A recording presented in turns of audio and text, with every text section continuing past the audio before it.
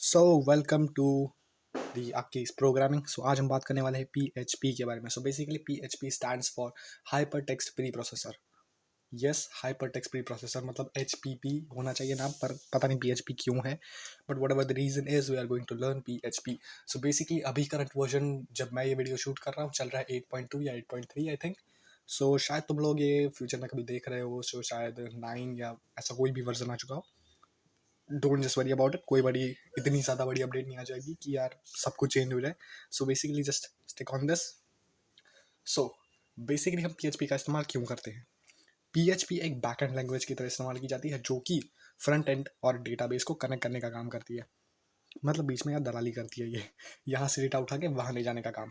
Basically PHP का use होता है डायनेमिक कंटेंट को बनाने के लिए, ऑलराइट, जो कि डेटाबेस से डेटा फेच करके हमारे फ्रंट एंड पे दिखाता है। ऑलराइट, PHP को हम यूजुअली यूजुअली नहीं, हम ऑलमोस्ट सारे केसेस में HTML के साथ ही लिखते हैं। बेसिकली चलो यार एग्जांपल देख ही लेते हैं। The first thing we are going to do is HTML के सिंपल टैग्स बना लेंगे यार। HTML, फिर head, then there will be body, और बॉडी के अंदर हम PHP का कोड लिखेंगे। सबसे पहले ये चीज़ें बना लेते हैं, then will move to the hard parts. Now let's just say head, okay, now will just say body, okay. इसके बिना भी कर सकते हो PHP।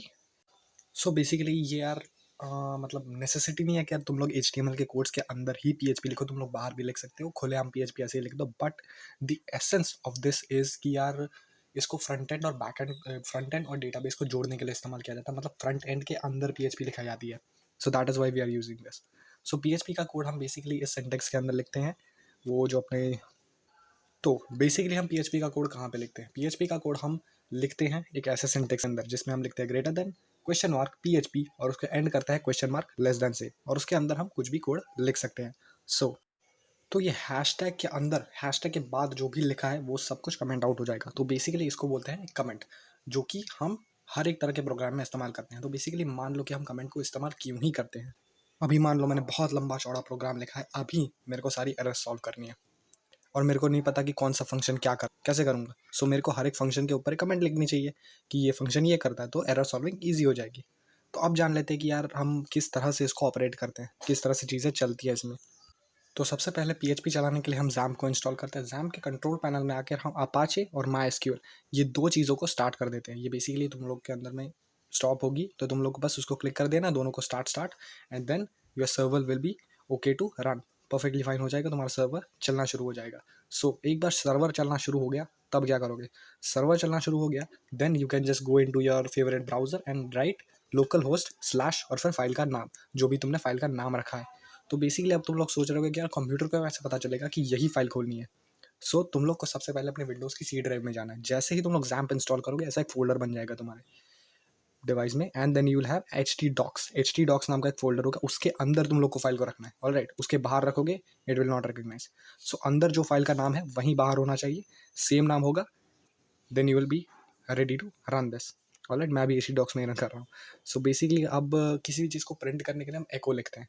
PHP के अंदर प्रिंट को हम एको लिखते हैं, ठीक है। एको के बाद मैं लिख देता हूँ hello world in double quotes, alright, and if I try to print this error आएगी। नहीं सॉरी, अगर और लाइन लिख दूंगा तो एरर आएगी, बिकॉज PHP में बेसिकली होता क्या है कि you need to put semi colons, ठीक है।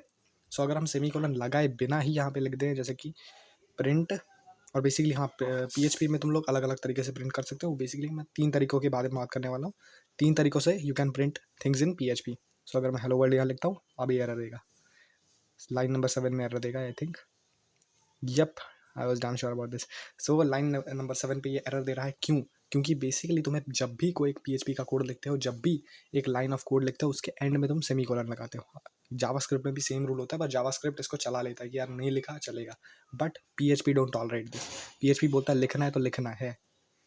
सी, हेलो वर्ल्ड 2 बार प्रिंट हो गया, नाउ इट इज परफेक्ट। एक और तरीका है प्रिंट करने का PHP में, जिसको बोलते हैं print F.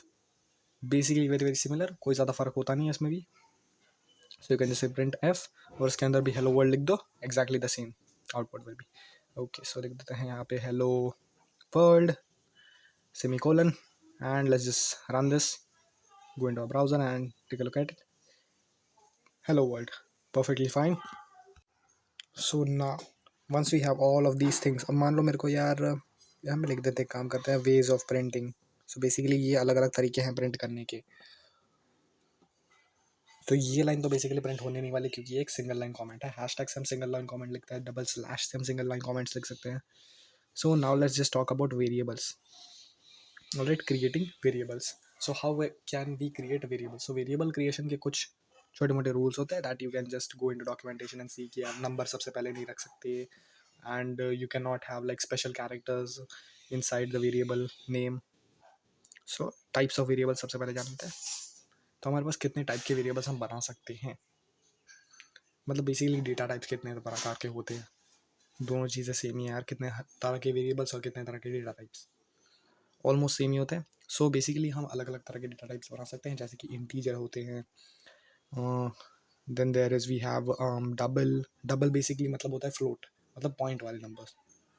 Then we also have something like let's just say float, no float नहीं यार, वो क्या बोलते हैं उसको, बूलियंस, मतलब ट्रू और फॉल्स. वो सिर्फ ट्रू और फॉल्स रिटर्न करते हैं, nothing else. So booleans, okay. Then we have string, which are the series or characters. और then we have arrays, then we have objects. So basically इतने प्रकार के हमारे पास variables होते हैं, that means data types. Alright, so सबको declare करके एक बात दिखाता हूँ. So in PHP, when you are declaring a variables, जब भी variable को declare कर रहे हो या call कर रहे हो, you have to write a dollar sign. ठीक है, एक डॉलर साइन यहाँ पे लिखना होता है, एक डॉलर लगाओ and then you can declare the variable name. Call भी जब भी कर रहे हो तुम लोग यार, वेरिएबल को जब भी कॉल कर रहे हो, उसको प्रिंट कर रहे हो, तब भी तुमको डॉलर आगे लगाना पड़ता है.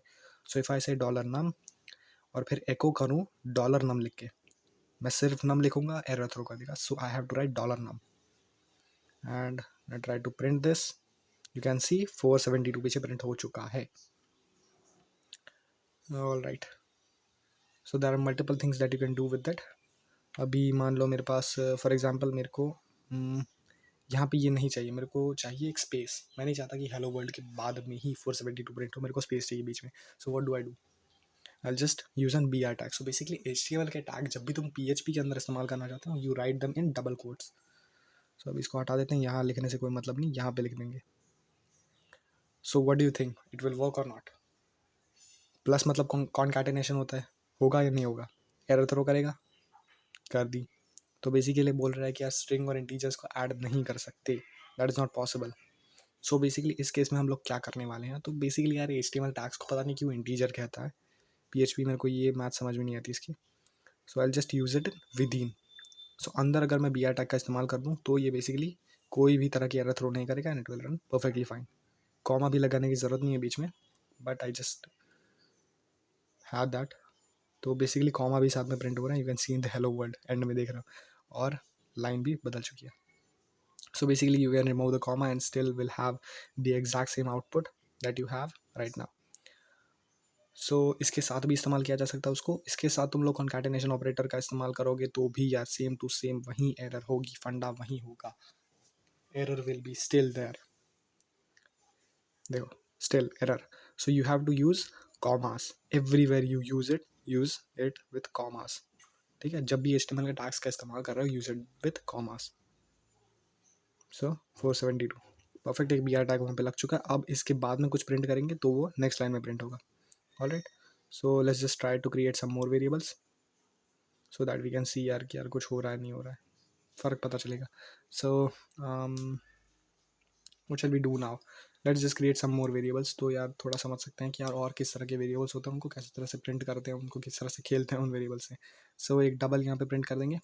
I'll just say double num and I'll simply say something like 29.3. तो बेसिकली अगर एको डॉलर डबल नम लिखोगे तो it will print 29.3. Simple as that. Boolean variables, तो बेसिकली अभी मैंने मेरा ब्लैक बॉक्स एक्सटेंशन ऑन है, सो ये बेसिकली मेरे को सजेशंस देता रहता है कि यार मेरा नेक्स्ट लाइन ऑफ कोड क्या हो सकता है. इट अज्यूम्स, ये अज्यूम कर लेता है मेरे को बाकी कोड को पढ़ के कि क्या हो सकता है, what can be the probability. You can also install that. यार ब्लैक बॉक्स तुम लोग को शायद पता होगा कि एक्सटेंशंस में होता है, you can just install that and if you don't want no worries. So basically मैं यहाँ पे लिखता हूँ keys programming. So double quote के अंदर I just say keys programming inside the string where. Dollar sign नहीं भूलना है। And you can not write keywords, like basically मान लो कि एरे एक कीवर्ड है, तो तुम लोग ऐसा नहीं लिख सकते डॉलर एरे, कुछ ऐसा लिखना होगा which makes it different. Dollar array n, देखो एरे इज अ कीवर्ड।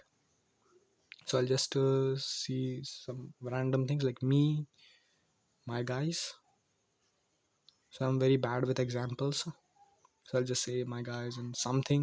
कुछ भी यार, अगर कुछ भी छाप दो, कोई फ़र्क नहीं पड़ रहा। छाप दिया, okay, now we are done, good to go.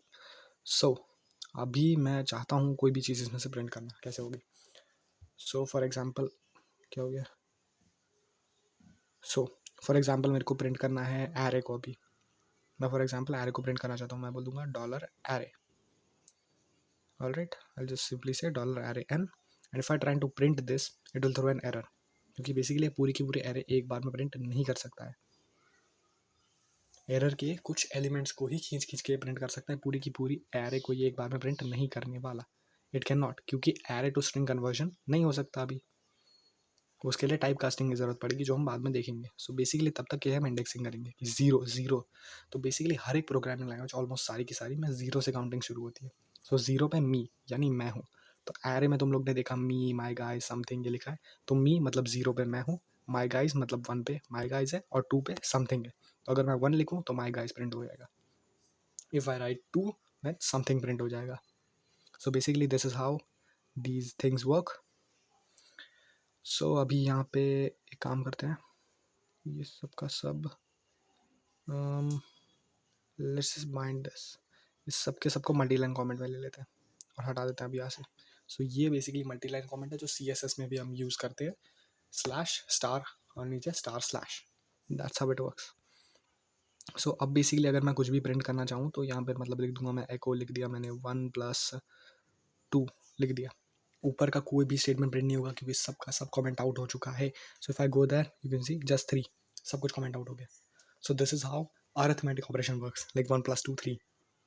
So if I want to write like it in a good way, like अच्छा दिखना चाहिए, तो मैं just write the addition of 1+2 is 3, simple as that, ज़्यादा कॉम्प्लिकेट करने की जरूरत नहीं है, the addition of 1+2 is 3. Alright, so now if I try to print this, it will work perfectly fine. The addition of 1+2 is 3. So अच्छे से काम कर रहे हैं, yes, perfectly काम कर रहे हैं। So now अभी मैं क्या कहूँगा कि यार वैसे मेरे को ऐसे इसको थोड़ा एडवांस करते हैं। So I just say $a is equal to 1, और मेरे पास दूसरा होगा $b विच विल बी 2। सो दोनों को मैंने वेरिएबल्स असाइन कर लिए। Now what I am going to do is एक $c बना, नहीं ज़रूरत नहीं है, पीछे बाद में कर लेंगे। सो आई जस्ट से $a यहाँ पे, तो कॉमास दिए मैंने। बेसिकली तुम लोग को कॉमा की ज़रूरत भी नहीं पड़ेगी, क्योंकि डॉलर ये जैसे ही डॉलर साइन को देखता है ये उसको अज्यूम कर लेता है ओके वेरिएबल है, इसलिए इसके अंदर अगर हमने मान लो डबल कोट्स के अंदर कोई वेरिएबल इस्तेमाल करते हैं तो हमको बीच में कॉमा देने की कोई ज़रूरत नहीं है। अभी देखना कॉमा भी साथ में प्रिंट हो जाएंगे, you will be able to see, like देखो कॉमा सारे के सारे साथ में प्रिंट हो रहे हैं। So you can just remove the commas and still will have no errors, error कोई भी नहीं मिलेगी, क्योंकि डॉलर साइन देख के वो समझ जाता है कि ओके दीज आर वेरिएबल्स, इन चीज़ों को प्रिंट नहीं करना है। तो यहाँ पे लिख दूंगा $a प्लस $b। सो अब ये somewhat of non static non dynamic तरह का है, मतलब ये पूरी तरह से स्टैटिक भी नहीं है, पूरी तरह से डायनेमिक भी नहीं है।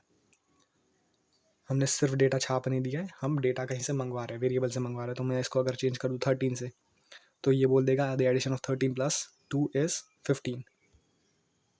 Perfect. So this is how the arithmetic operations and variable declaration works. तो हमने वेरिएबल डिक्लेरेशंस वेरिएबल्स के साथ भी काम कर लिया, थोड़े अरिथमेटिक ऑपरेशंस भी कर लेते हैं। So I'll just change these things to subtraction, multiplication or divisions. Simple thing है, division and the end multiplication. So I'll just simply change every single sign over here, division, and here will be multiplication. Alright, perfect. So यहाँ पे use कर देंगे subtraction, यहाँ पे use करेंगे division, and here will be use multiplication. So basically अगर मैं सब चीज़ों को प्रिंट करूँ, ये सब का सब एक लाइन में आ जाएगा, जो कि बहुत गंदा दिखने वाला है।